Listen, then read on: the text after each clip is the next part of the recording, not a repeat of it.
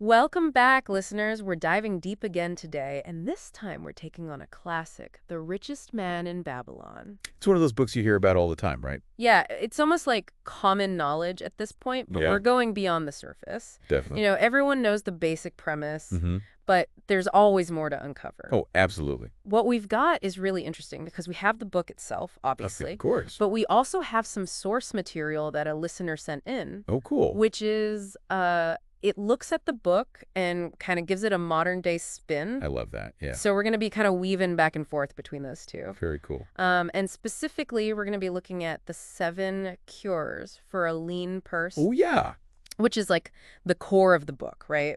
Yeah, it's that roadmap to building wealth and financial security. And it's interesting how these principles, even though they were written centuries ago, they still resonate today. They really do. Yeah, and we'll get into that. Mhm. So cure number 1, start thy purse to fattening. Okay.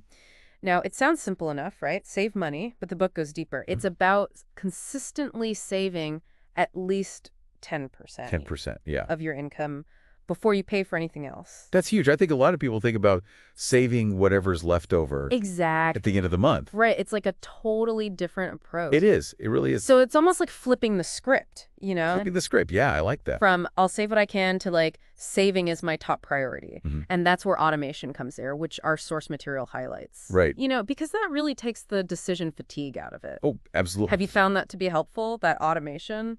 It's funny because I used to think I was pretty good at saving, but once I set up automatic transfers, it was amazing how much more I was actually able to save. Really? Yeah, because it's like you don't even see that money. It just goes straight into your savings account. Right, right. And before you know it, you've built up a nice little nest egg. So it's almost like tricking yourself in a way. Haha. Yeah, in a good way, though. Yeah, exactly. Outsmarting your own spending habits. Exactly. Okay, so let's move on to cure number 2, which is control thy expenditures. Ooh, that one's a tough one. Especially in today's world, right? Oh, tell me about it. It's so easy to just click and buy. Instant gratification everywhere you look. It's everywhere. But the book emphasizes that it's not about deprivation. No, it's about being mindful Right. about where your money's going. Like making conscious choices about what you spend. Exactly. There's a great story in the book about a man who learned to live on 7/10 of his income. I remember that one. And it wasn't about like drastically cutting back. Yeah, it was more about awareness. Exactly. He really examined his spending habits Hmm. and figured out what was truly necessary. It's almost like doing a deep dive on your own expenses. I love that, yeah. A personal expense deep dive. Haha, exactly. So, do you ever find yourself like impulse buying things you regret later? Oh, all the time, especially online. Yeah, it's so easy. It is. It's just too easy. But that where budgeting comes in, right? Right, having a plan for your money. And our source material talks about that, the importance of tracking expenses. Yeah, you got to know where your money's going. Absolutely. So have you found any budgeting methods that are helpful? For me, the simplest approach has worked best. Okay, like what? Just writing down every expense, no matter how small. Oh, wow, that's old school. It is, but it keeps me accountable. I can see that. It makes you think twice before spending. Right, right. Because you know you're going to have to write it down. So it's that awareness again. Exactly. Awareness is key. Okay, so we've covered saving, we've covered controlling expenses. The foundation, right? The foundation, exactly. Setting the stage. Now let's get to the exciting part. The fun part, yeah. Cure number 3, make thy gold multiply. This is all about investing. Ah, yes, putting your money to work. And while the book focuses on things like businesses and real estate. Which were the big things back then. Right, of course. But the principles, Those principles are timeless. they apply to all sorts of investments today, right? Oh, absolutely. Stocks, bonds, even starting your own business. Mm-hmm. The key is understanding the potential for growth. And making informed decisions, right? Exactly. Knowing your risk tolerance. Yeah, and that's something that I think a lot of people struggle with, Yeah, it could be daunting. especially with so many options out there. So many options. But our source material, this is interesting. Okay, tell me. It talks about starting a side hustle as a form of investment. Oh, interesting. So you're investing in yourself and your ability to generate multiple income streams. That's a cool way to look at it. Right. It's not just about the money. It's about the experience and the skills you develop. Absolutely. And the diversification. Exactly, which is a core principle in investing. Exactly. Spreading the risk. And that brings us to cure number 4, guard thy treasures from loss. Ah, yes. Protecting what you've earned. It's all about risk management, right? Risk management. Yeah, that's key. And one of the strategies for that is diversification. Oh, absolutely. Don't put all your eggs in one basket. Now, this is where it gets really interesting. Okay, I'm intrigued. The source material talks about holding assets in foreign currencies. Foreign currencies? Okay. Specifically, U.S. dollars Interesting. as a way to hedge against economic instability. That's a smart strategy. So it's like having a backup plan. Yeah, like a financial safety net. Right, in case things go south in your local economy. Especially in today's globalized world. Exactly. It adds another layer of protection. I like that. Layers of protection. So we've covered saving, controlling expenses, investing, diversifying. Building a strong foundation. Exactly. And now it's time to look at, well, home. Okay, home sweet home. Cure number 5, make a VI dwelling a profitable investment. Now, this is something I know a lot of people have strong opinions about. Oh, definitely. Especially today. It can be a complex topic. It is. It's not as straightforward as it used to be. But the book advocates for owning your home. As a way to build equity, yeah. Right, and eliminate rent payments. And have that sense of ownership. Exactly. And while it might not be feasible for everyone, Definitely not. It's a big commitment. it's still a valid wealth-building strategy. For many, yeah.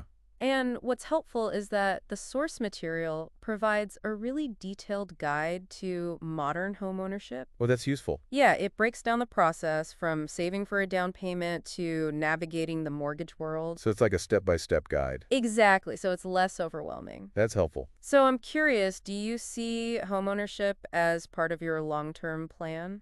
You know, it's something I've been thinking about a lot lately. Yeah, it's a big decision. It is. And for me, it's about finding the right time Right. and the right property Yeah. that aligns with my overall financial goals. So it's not just about having a place to live, it's about making a sound investment. Exactly. It's a piece of the puzzle. And it's a big piece. It is a big piece, yeah. So we've covered 5 cures so far. 5 down, 2 to go. Are you ready for the final 2? Absolutely. Bring it on. Let's do it. Okay, so ready to jump back into those 7 cures? Yeah, let's unlock those last 2. All right, so cure number 6. Okay. Ensure a future income. Ooh, that sounds like retirement planning. It is. It is. Making sure we have enough when we're not working anymore. Exactly. And I think that's something that, a lot of people put off. Oh, yeah, it's easy to do. Yeah, you're focused on the now. The present, yeah. But the book frames it as like a responsibility. It is a responsibility, yeah. Not just to yourself. To yourself, to your family. Yeah, to make sure that you can enjoy those later years. Without having to worry about money. Exactly. And, obviously back in ancient Babylon, Right. they didn't have 401ks and Roth IRAs. No,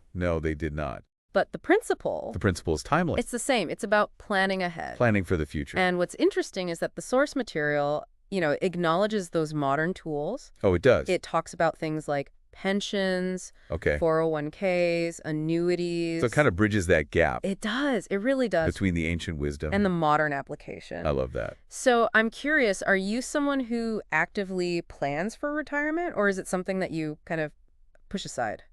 I have to admit, I used to be terrible at it. Really? Yeah, I was so focused on like paying off debt Okay, yeah. and just, living in the moment. Right. But then I realized that my future self would not thank me for that. Right, exactly. So now I'm much more proactive about it. Good for you. It's not always fun. It's not the most exciting topic. No, but it's important. It is. It gives you peace of mind. Peace of mind, absolutely. Knowing that you're taking care of yourself down the road. Yeah, exactly. Okay, so now we get to the final cure. The grand finale. Cure number 7, increase die ability to earn. Oh, I love this one. This is all about personal growth, right? Yes, expanding your potential Becoming more valuable. in the marketplace, in life, Exactly. It's not just about working harder. It's about working smarter. and constantly learning. Yes. Continuously learning. Your skills. And the source material, this is where it gets really cool. Okay, unless. It talks about diversifying income streams. Oh, interesting. So this could be side hustles, Okay. freelancing, investing in your education, even. So it's like creating multiple avenues for income. Exactly. It's like the ancient Babylonian version of the gig economy. I love that, the Babylonian gig economy. Right.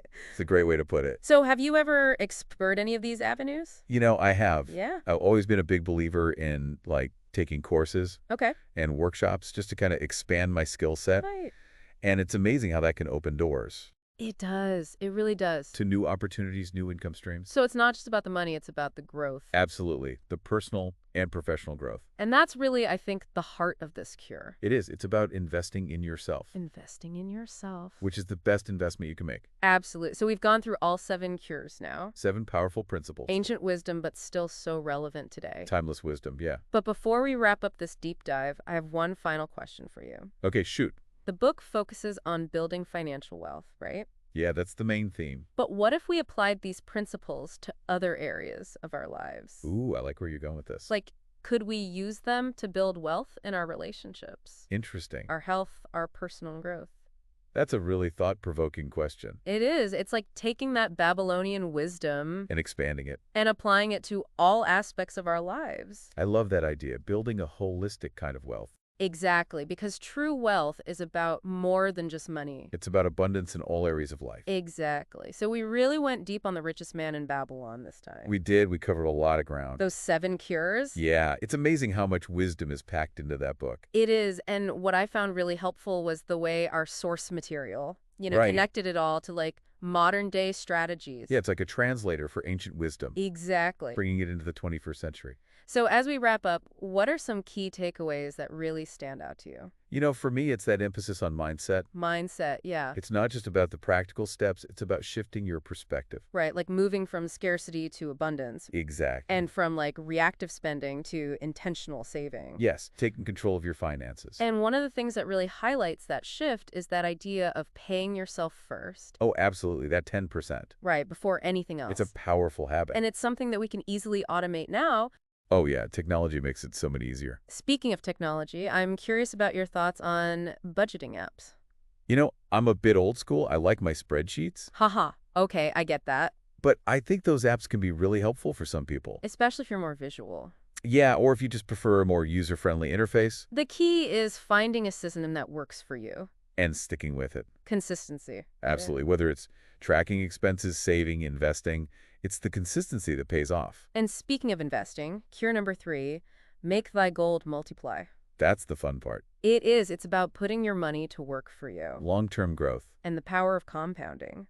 Which is incredible when you think about it. It really is. It's like this snowball effect. Yeah, it just keeps building. And the great thing is, investing is so much more accessible now. Than it used to be, right? Oh yeah, we have so many options these days. But one thing that really stood out to me was the source material's emphasis on diversifying income streams.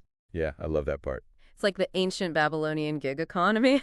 Right. But it makes so much sense. It does, having multiple sources of income. It creates that financial stability. And it can be really fulfilling too. Yeah, you're not putting all your eggs in one basket. Exactly, and it allows you to explore different passions. Have you ever had any side hustles or anything like that? Oh, I've dabbled in a few things over the years. Really? Like what? Freelance writing, teaching some online courses. Oh, cool. It's a great way to learn new skills. Yeah, and it keeps things interesting. It does, and it can definitely boost your income. So it's about, like, creating a portfolio of income streams. I like that, a portfolio of income streams. That align with your interests and talents. Exactly. Building a life you love. And that brings us to cure number 4, guard thy treasures from loss. Protecting what you've built. So important, because it's easy to get caught up in the earning. Yeah, you got to protect it too. And diversification is key here, right? Oh, absolutely. Spreading the risk. And the source material, it talks about holding assets in foreign currencies. As a hedge against economic uncertainty. All right, like a safety net. A global safety net. So you're not just relying on your local economy. It's a smart strategy, especially these days. It is, and then we have cure number 5, which is all about home. Make of thy dwelling a profitable investment. Now, this is a big one, and it might not be for everyone. It's not. It's a big decision. But the book really advocates for homeownership. As a way to build wealth, yeah. And what I appreciate is that the source material, it really breaks down the process. Yeah, it makes it less intimidating. It does, from saving for a down payment to understanding mortgages. It's like a roadmap for home buyers. Exactly. And then we have cure number 6, which takes us into the future. Ensure future income. So this is all about retirement planning. Making sure those later years are comfortable. And I think the source material does a great job of connecting those ancient principles. To modern-day solutions. Yeah, like pensions, 401ks, all that. It's like a bridge between the past and the present. It really is. And then finally, cure number 7. Increase thy ability to earn. This one's all about personal growth. Expanding your potential, constantly learning. And I think that's a great note to end on. It is. It's a message of empowerment. It's about taking control of your financial destiny. And building a life of abundance. So as we wrap up our deep dive into The Richest Man in Babylon, A timeless classic. I hope you've gained some valuable insights. And practical strategies. For building a richer life. Both financially and personally. Until next time, keep diving deep and keep seeking that wisdom. And may your purses be fat. And your expenditures controlled. And your ability to earn ever increase. Thanks for joining us. Thanks.